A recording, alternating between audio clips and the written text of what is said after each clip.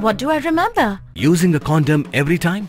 Yeah, I remember. I don't ignore it. Using a condom every time during sex is really important. Wow, Ria is smart.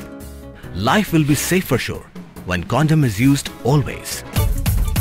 Don't think you know, remember once more.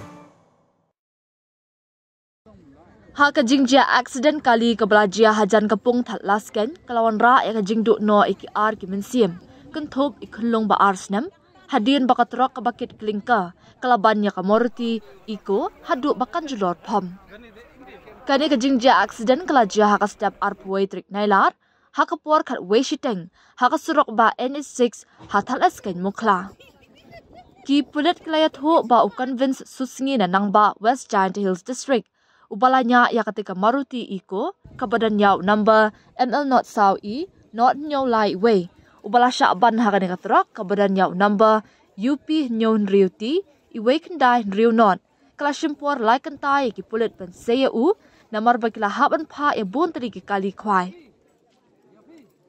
hadin balayo saya u convince lapen kit ya u sya civil hospital juai hakaba u doktor ulapen bena ba ulak lat no Yaka postmortem on pendap hak arpo artrik nailar.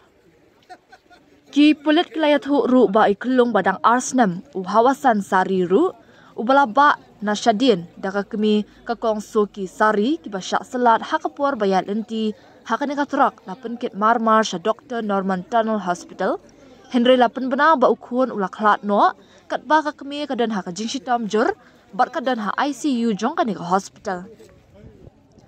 Ya kamet yap jong ini kelung la IT syaki bahayeng hasam hadin bala pendap ya kajing tokin. Hakane kajing ja arteli ki weipat ki kali kila julor.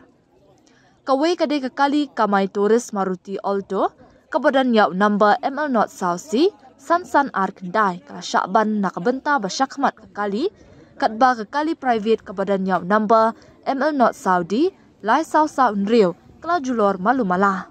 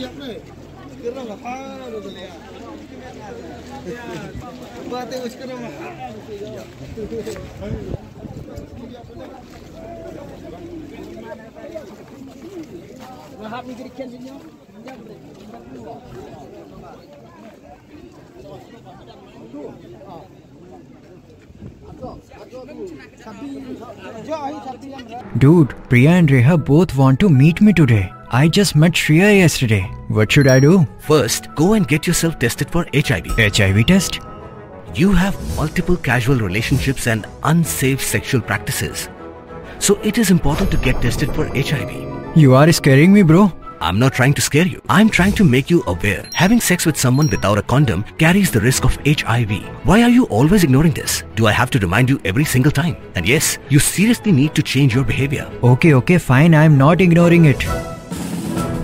Sorry, Priya. Sorry, Reha. Today I am giving time to the HIV test, not to you guys. If your habits are like Rahul, HIV test is important for you.